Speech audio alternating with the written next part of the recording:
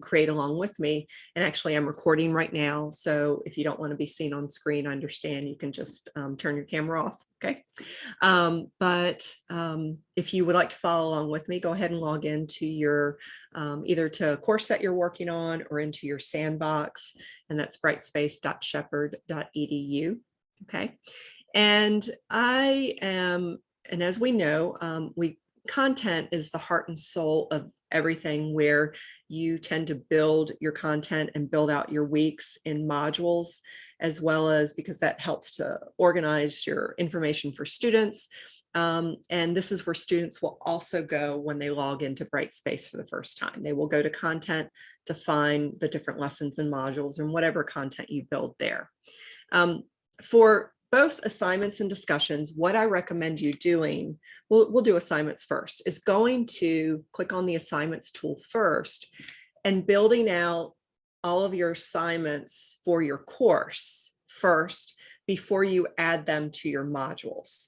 And so, for example, when I was building this training class, I didn't go to content first. I went ahead and I knew what assignments I wanted to include. And so I created all of these first, and then I did the discussions as well. I knew what I want the discussion topics to be about. So I built all of those here.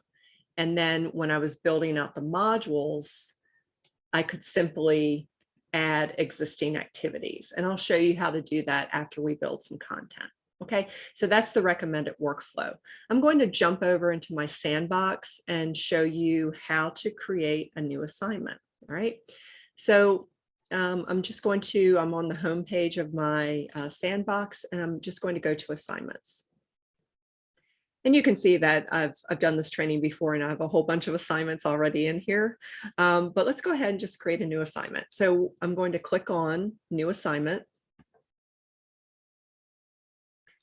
And we'll title it, and we'll name this paper number 1. It's a writing class. This depends on here. You can have a score out of, 10 out of 10, whatever the pointage is. In terms of creating assignments, you can have the points here. We can also link it to something that's in the grade book. Now, I don't have a grade book set up for this class. And so I think that the best workflow for that is to set up categories in a grade book. And then when you create your assignments, you can link these assignments to that category. But this is where you can put in the 10 points. And this is where you can put in the due date. So we'll make the due date perhaps, Sunday, the 25th by midnight right here. Okay. And then you can type in the instructions. So these are the instructions for the paper, ... Okay. And a really cool thing about creating an assignment in Brightspace is that you can record audio instructions of up to 60 seconds, I think. And you would do that, you would just click on this button here, and it would look like an attachment to the assignment. You can also record a video, and so it would look like this. And Brightspace has this cool feature called Video Note, and it really helps to create that all-important instructor presence in an online class. So whether it's an asynchronous class or a hybrid class, your students always feel like you're there with them if they see your face throughout your course. It's just a really good practice.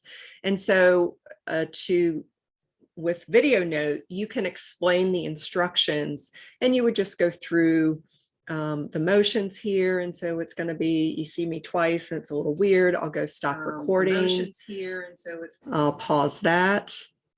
From here, I would click add, but this is where, again, you can just provide instructions to your students about this particular assignment. You can title it.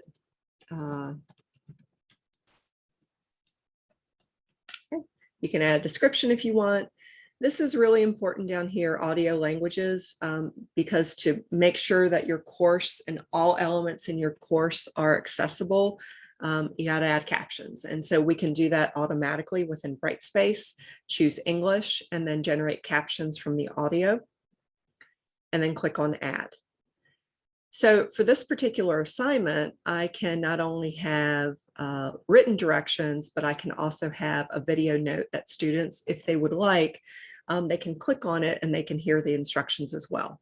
And this is a really good tool to use also for universal design for learning. It helps make your instruction even more inclusive because you're providing a couple of different ways to give your students instruction, right? They can watch you do it or they can read it here. Okay, because we all know that students learn and perceive things in different ways. So that's a really good practice to do if you would like to do that, depending on how complicated the assignment is. Okay.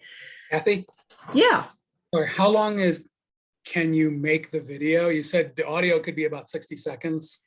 Yeah, with a video note throughout Brightspace, you can have up to 30 minutes for a video note. So I don't know why the audio recording is so short, but that was my experience. I think it is 60 seconds, and please correct me if anyone knows differently or if I'm wrong on that. But that's been my experience. Sure. You can also attach, upload documents from your computer if you want, or connect links. So for example, if you connect on, if there are outside links that deal with the content or the assignment, you can link them here. And this link in the middle here. So this link is a common web link that you probably use all the time, to link content just even within an email or in a PDF or something like that.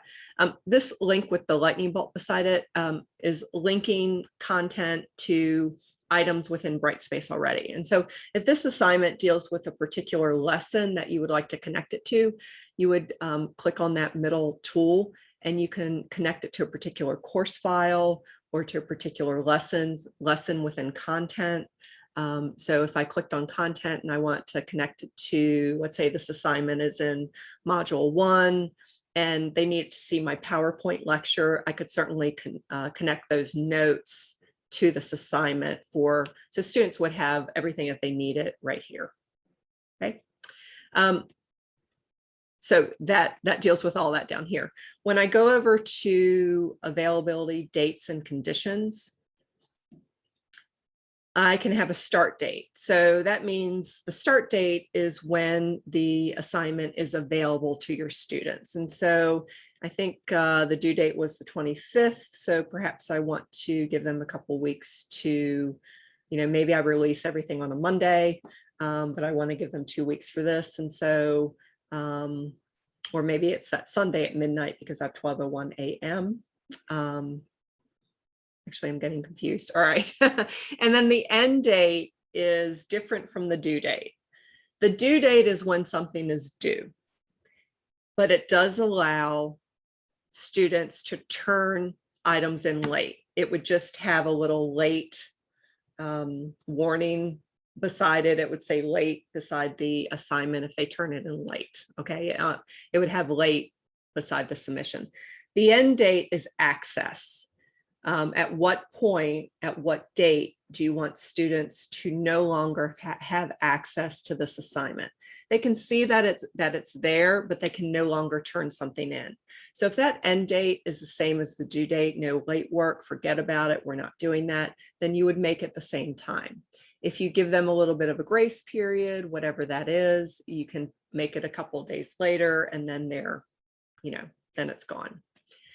These release conditions are really interesting, and I've played with them just a little bit, but I'm definitely not an expert user with these, but you can get pretty granular with release conditions. And all this means is that you can have students go through certain steps or review or complete certain content before they're allowed to access this assignment.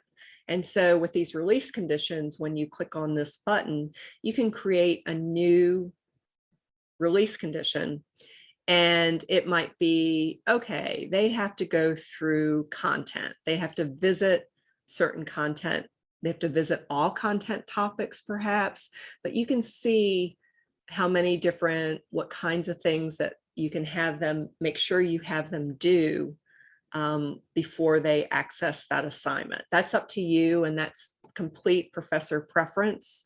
But you can have them visit all content topics.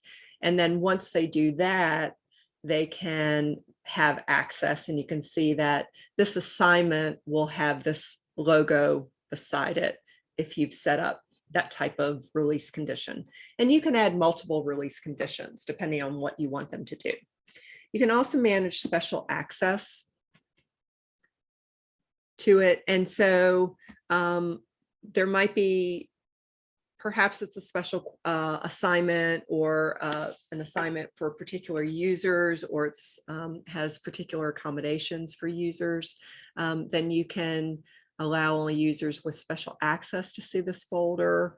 So it just depends on your, I don't have a lot of experience, or really any experience with that. So just know that that's there. And if that's the case for some students in your class with accommodations, I think this is where you would set those up.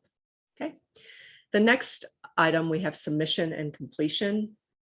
So this is where you can say, all right, you can set up groups in Brightspace. And so this assignment type, typically it's going to default to an individual assignment, but this can also be if students are working in groups and you just want one submission from the group, you could choose group assignment, for example, and then what kind of submission is it? If it's a file, text submission.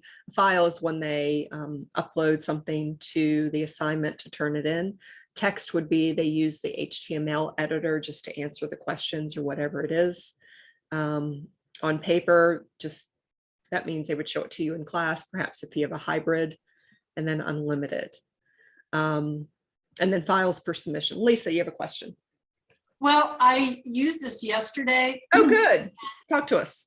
Well, one of my assignments, they go into a separate online program that generates their grade.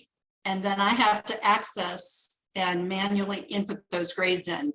So the submission type I chose was in person because it was the closest thing. They don't have to do something other than complete the assignment in the online program. Right. So in my instructions, I just said, you don't have to give me anything. Faculty will obtain post-test information. But Brightspace should have an option that is other or something. Agreed. That's Agreed. And that's a good workaround, observed in person or on paper submission, and then putting the instructions, because you don't use RP now. You guys use something, I can't remember the name of it, but is that what you're talking about, Lisa? Sure path. Evolves. Sure. Okay. Path. Okay. So you can have, if you only want them to upload one file, or unlimited. Okay, thanks.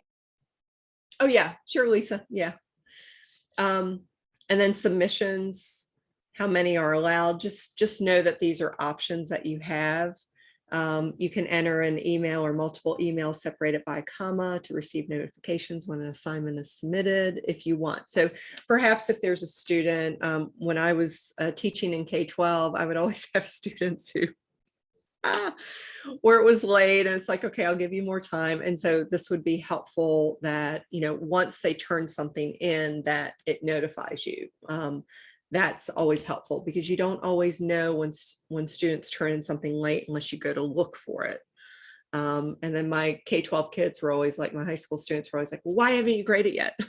Well, wait a minute, A, you were late, and B, you just turned it in 5 minutes ago and I didn't even know. So that's what this does, okay? So you do have some options here. And then the last tab is evaluation and feedback. And this is where you can certainly plug in learning objectives for this assignment if you want.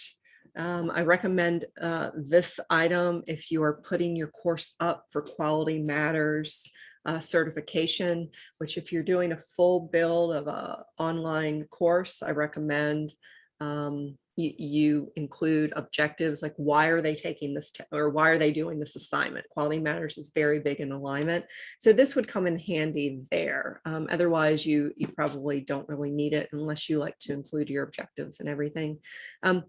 You can add a rubric. Now, unfortunately, it's not a rubric that you already have saved on your computer. If you want it to work with Brightspace so that you can click the boxes and Brightspace will do the math and calculate the grade based on the boxes you click, then you just create a new rubric within Brightspace. And as anything within the Brightspace LMS or any LMS, it's a lot of work up front. And so that would be the case. I mean, I've created a couple of rubrics, and creating a rubric is beyond the scope of today's training, but know that it's here. But I did, I had a Word document open, I copied and I pasted into this rubric. But once you have it, you can reuse it over and over again for different assignments. And so, create a discussion board rubric and you can use it for that, for all of your discussions from now until 20 years from now. Okay. So then you would just click attach rubric. I'll go ahead and hit cancel for that. Just know that that's there, and it's not an uploaded rubric. You want it to be a live active rubric. So you have to create one here. Okay. And then you have some choices here. Annotation tools would be really good if you need to write on the work that they've turned in. And so if you're teaching a writing course, for example, or you want to have those annotation tools for any type of writing assignment, you can do that. And then anonymous marking, you can hide student names when you're assessing their grades. You can see here, and I haven't played with this, but Turnitin is integrated now. Rich Lanham has worked really hard on our third-party apps and the integration with Brightspace. And so you can see this here. So you can manage that, and it should work as seamlessly as it did, if not better, as it did in Sakai. Okay, so any questions so far or comments about creating that assignment?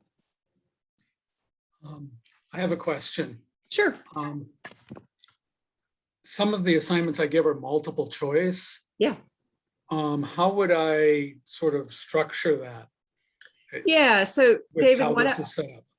Yeah, what I would do with that is to create a quiz, because you can create and the workflow would be the same. You would go to quizzes and you can name it, you can rename it, you could do self-check. It doesn't have to be called a quiz if that's not really but if it's multiple choice questions and things like that, I would use the quiz tool for sure. Right.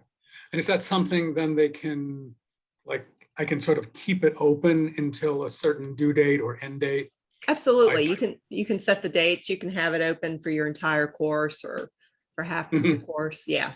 So really all the parameters of a quiz and the parameters of a discussion board in terms of setting dates and start dates and end dates and connecting it to grades, or even just having a not graded, as well as the instructions, all of this really works the same no matter what the item is.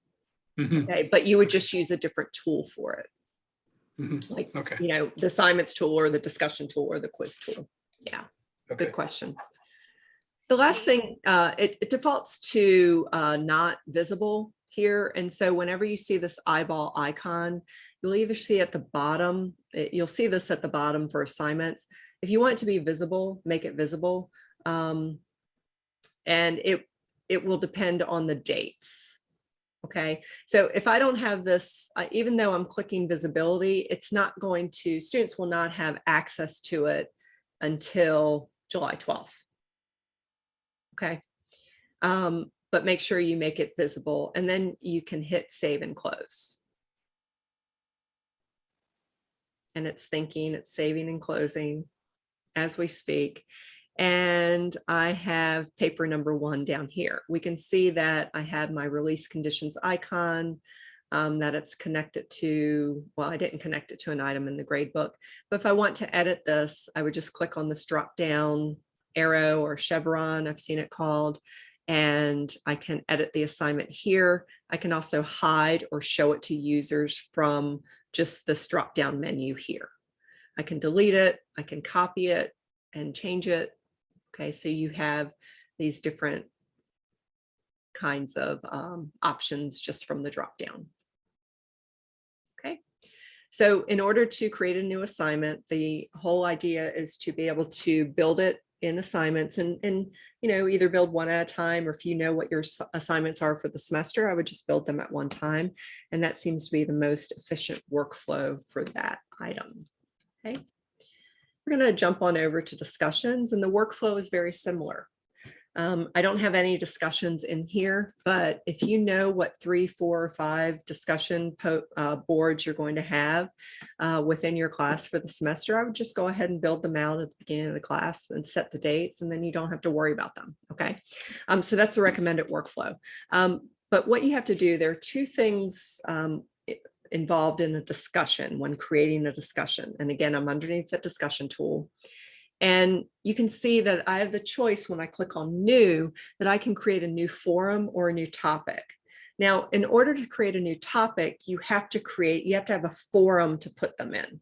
Okay, so just like if you have guest speakers come to an auditorium, the auditorium is the forum, and the guest speaker and everything that he or she's going to talk about would be the topic. You have to put a discussion inside something, and that is the forum. So you have to create a new forum first. And I just like to do, and this is going to be up to instructor preference, I like to just have one forum for the entire semester. And I might call this semester discussion forum.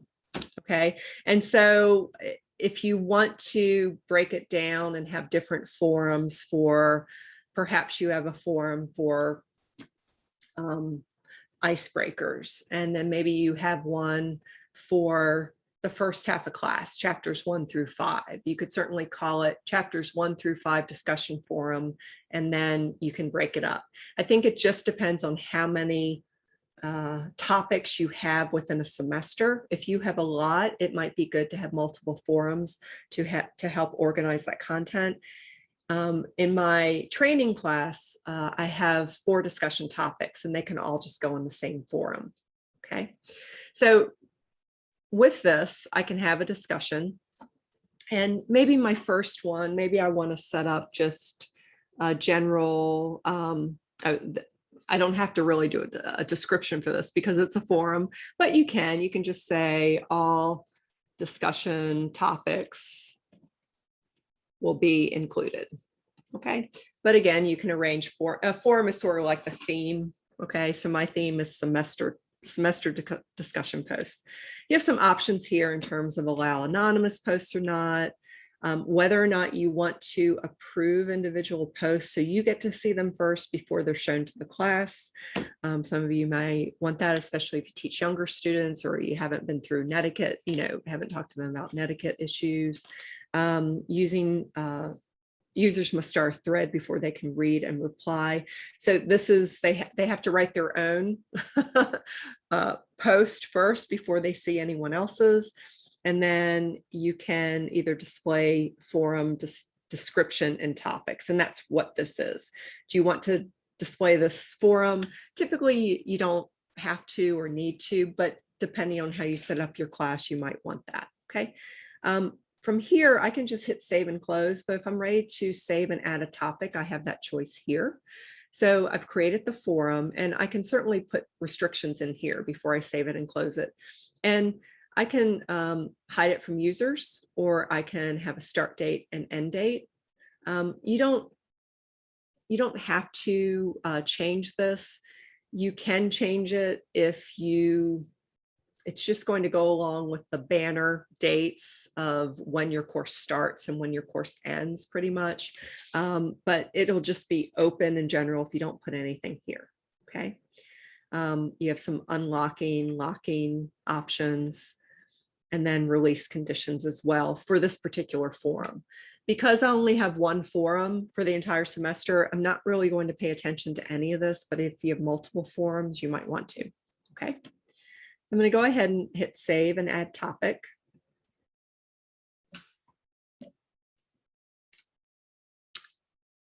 Now I have a forum, and now I need a topic. And perhaps my first topic, I always like to have a coffee shop. Is coffee shop 1 or 2 words? It looks good like that. Okay. So this is please ask any questions or provide advice about Brightspace? You know, it's nice to have like a little student commons area, you know, where students can go back and forth and just post questions as they have them, whether it's about Brightspace or about elements in your course, whatever it is. You can have a general question and answer. You can allow anonymous here. Again, you have some of those same options as we saw in the forum. What this is here, you can choose to have a rating scheme, and this can create student engagement if you look at it like that, or maybe you don't like ratings and it's not. So what a rating, if you allow a 5-star rating, for example, then other students in the class can rate the post if they want. And if they think it's great, they can give it 5 stars. It's out of 5 stars. And so that can, depending on how you look at that option, if you like that option, and students can respond, but they can also rate other people's responses, sort of like, you know, just quick feedback. They can give them 4 or 5 stars and rate the best one in the class. Or if you just don't want to deal with that type of thing, because there are reasons for that as well, you can just say no ratings. But other students can also do the up and down vote. And that is just one way to get students to interact more and more with the content. And perhaps it just depends on what that topic is. Okay. So you have that, and there's no, oh yeah. Then we have some restrictions. So after we go through these options and we post the title as well as the description of what it is, you can go through the restrictions here. So there are tabs at the top, and this is where you can create the start dates and the end date. And again, the end date is when they no longer have access to it. So these are the restrictions. You can unlock the topic on these dates, lock the topic, or unlock it first. Again, you just have these options here. You can have it displayed in the calendar if you do set the dates, and that's the class calendar that can appear on the class homepage if you want. Again, there are release conditions if you would like to set them up. And once you do set them up, you can attach existing. If you set up groups, which is beyond the scope of this training, but you can restrict the topic and just assign it to certain groups if you have student groups set up. FYI, okay? So we have a couple more tabs. For assessment here, this is where you can connect it to a grade item. So when you create your grade book, perhaps you have a category in the grade book, you have categories and topic and items. So perhaps you have a category for discussion boards, or perhaps it's just under participation. This is where you could connect it to that grade item. You can add a rubric here. And again, I think I have a discussion rubric somewhere. And so that's why that popped up here. Or you can create a new rubric in a new window, which I recommend. I'll get rid of that one. Okay. And then allow assessment of individual posts. I'm not really sure what that is. Does anyone have, Lisa, do you have any experience with that topic? Actually, I haven't used that yet. Okay. I'm just starting to build that in the leadership course. Okay. Yeah, so not real sure what this does. Selecting this option allows instructors to assess posts in the topic. Each user's topic score is calculated using the method selected from the calculation drop-down list. So select a calculated, okay. Average post score. So these are options here that I have no training on this and I'm not very helpful, but keep me posted if you decide to try it. Okay, I'm sorry. But I need to look into that for sure. And then if you would like to attach objectives, you may or may not use this. Again, if if you plan to build your course and have it certified through Quality Matters, which I can help you do, it's really good just to plug your objectives in. Why are students doing this assignment? What does it have to do with the end course objectives, essentially? Okay. And so once you go through all of those, you can either hit save and new if you have another topic, or you can say save and close. Okay, so let's say you build out all of your assignments and all of your discussions, and you want to add them to a module. So I'm going to go ahead and go to week 3. And we have all kinds of things on pizza, because this is a pizza module, right? And, you know, I have a PowerPoint presentation here, I have a PDF document. And now that I've built those assignments and discussion, I can go to existing activities and I can add them to this list here.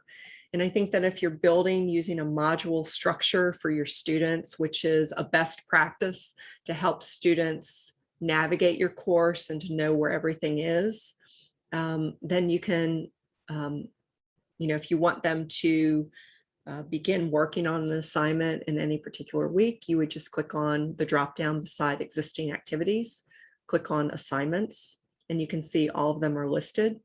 Okay. And I think I did paper 1, so I would click on that, and then it would appear here. So students would click on it, and this is what they would see. I don't have copious notes in here, so it doesn't look very good because there's not a lot of description in there. As for the discussions, that works the same way. I can certainly click on the discussion. I can choose the discussion. What you'll first see is the forum. So if you have multiple forums, they would be listed here. And then you would select the forum. And in our case, for this one, it's semester discussion forum. And then I have my coffee shop. And that discussion board post is here. Just as a reminder, these, I think it's 8 dots. If you grab onto these 8 dots, you can move things around to where you want them within the module here. Okay. And last thing with these existing activities, you can perhaps do a self-assessment. And David, you know, maybe your multiple choice, you could try a self-assessment here to see if that works. If you're multiple choice, I haven't worked with this yet, but you could try that to see if your multiple choice assignments, if they're meant for self-assessments. I would experiment with that. I haven't used that yet, but Lisa or Tracy may have. Yeah, but otherwise, David, you would do quizzes, and you would build out a quiz, and it's very similar to the way you build these out. You would, you know, type your questions and do all that. I can send you a video on how to do that. Okay. Okay. Thanks. Yeah. Okay. I'm just writing that note down. So does anyone have any questions or want to tackle anything about your course or ask me anything about Brightspace at this time? So I have a question. If we put the restrictions that they have to meet certain criteria before they can move on to that assignment, do the students get told what it is that they need to do before they can touch that assignment? Or does it just block them from doing it? I think it tells them, Tracy, but I'm not sure. So let me look into that. I think what it does is it will be grayed out first.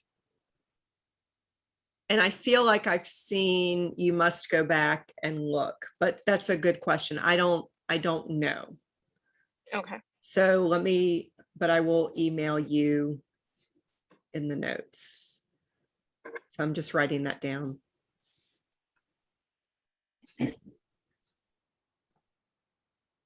Students get a warning message. That's a good question.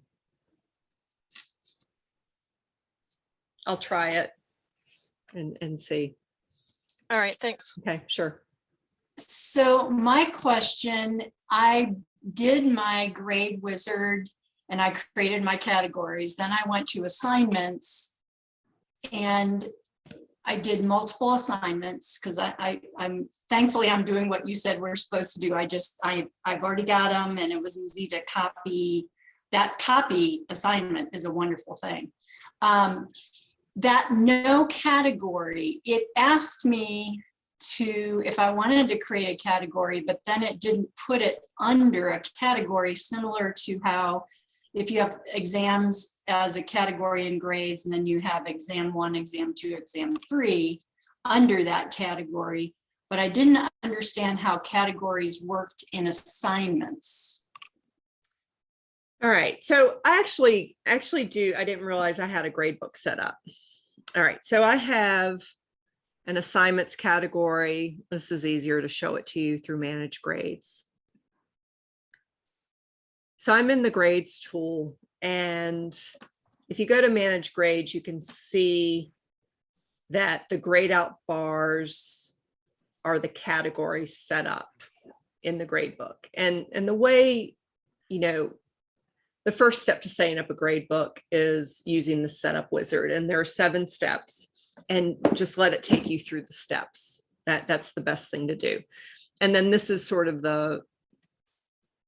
the end creation with some items in here of that gradebook wizard. So you can see here that the categories are grayed out, and then the assignments or the items in the gradebook are attached to particular categories. So I have quizzes, I have assignments, and all that. So when we go ahead and create, let me just try it here now, Lisa. When I say, you know, new assignment,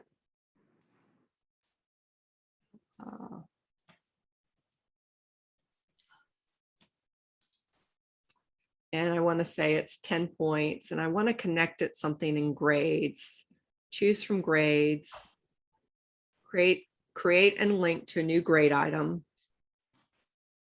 I want it to be in my assignments category. Now, because I'm creating it in assignments, and I mean, you can certainly set up your grade book and set up categories and items. And if you did that, then you can link it to an existing grade item. But I didn't set up my items in my grade book. I just set up categories. Because for me, I don't remember the point value when I set up my grade book 3 weeks ago, compared to maybe I'm setting up my assignments 3 weeks later. And okay, what was that point? I just sort of, my workflow, I want to make sure that the points in my mind, they're with me when I create the assignment, and then I'll link it to a category, if that makes sense. Yeah, but now I'm not sure of my workflow. Because I think I created, I'll have to look at that, because I think I created not only the category, but like, yeah, let me look at And that's, because I don't want to take David and Tracy's time. and you can certainly create that. You can certainly create your grade book with every item, with every category and every item within that. You know, you can do that in a grade book, and that workflow is fine. You know, that it's more than fine. It's correct. It's right. That may work best for you. What we discovered in training, if the point value that you assign when you create a new assignment and the point value in the grade book is different, they don't correct each other. One will say 5 points and your grade book will say 10 points. And this, I think the students see the assignment more, but it's going to default to what was said in the grade book. Okay, Does that I'll make go sense? back. Yeah, and some of them, it didn't do the percentages. If you had, let's say, 4 assignments in that one category, it didn't split it out evenly. And I know there's 2 different things you can click on spread across, you know, I might have done that wrong. Yeah, and I did make you a video, just if you get a chance to look at it on, I know it was a little, it's like 11 minutes, so I'm sorry. But yeah, those 2 things were different, and it's exactly that with the grade, the weighted distribution across the categories. But otherwise, I thought your grade book looked good. But this is where you would create the link to a new grade item. So essentially it's putting this assignment into your grade book. Okay. And this is where you would click OK. So then when I go back to my grade book, I have to save it. And I actually save and close, I should have done. When I go back to grades in the grade book, and I go to manage grades, I should see that writing assignment in there somewhere. And I'm not sure, or it was the discussion post or something. Testing 1, 2, 3, 4, 5. There we go. Okay, so that created the item in the grade book and it assigned it to a category that I already had created. Now that I've confused you even more, what other questions do you have? Well, stay on that same topic. So all of my assignments and my grade book came over from Sakai. Okay. So the grade book, when you're looking at it, doesn't tell you what the assignment is. It just says assignment. It doesn't have the name of the assignment under the assignments category. And I haven't looked in that. When I've read about migration from, I mean, everything migrates is what we learned, but is it usable, right? So everything that I've read about Sakai to Brightspace says quizzes, assignments, discussion boards are great. It might be worth it. I mean, you can certainly, Tracy, edit, go into your grades and edit each item. Okay. Right, with the drop down. So I went into manage grades and I can edit each item. Okay. Or, and so there you can even, edit the weights and edit, just about everything. Okay. Yeah, if I go into manage grades, I can see the assignment names. Okay. But on that first page, you can't. All it says is assignments. Or it says Learn Smart. It doesn't say which Learn Smart it is. When I'm in the grade book. Right. See where you have here, it says, oops. Sorry, let me go back. So you have week 3 pizza quiz, week 1 quiz. Yeah. Yeah. Oh, Okay. it's a, yeah. So what I would do, you get to tweak, if the math is right and all that, that's great. Yeah. You can still take it through the setup wizard as long as you don't have any grades in there. And you can check each item, or like not item, you can check each big piece of your grade book to make sure everything is the way you want it. Okay. And that's fine. And then from there to add the titles, you would just edit it. You would have to go to each drop down. And this is where you change the name. Okay. Yeah, that's where you would do that. So, it's like, do you rebuild or do you tweak? Right. And that's just a joy. What other questions do you have?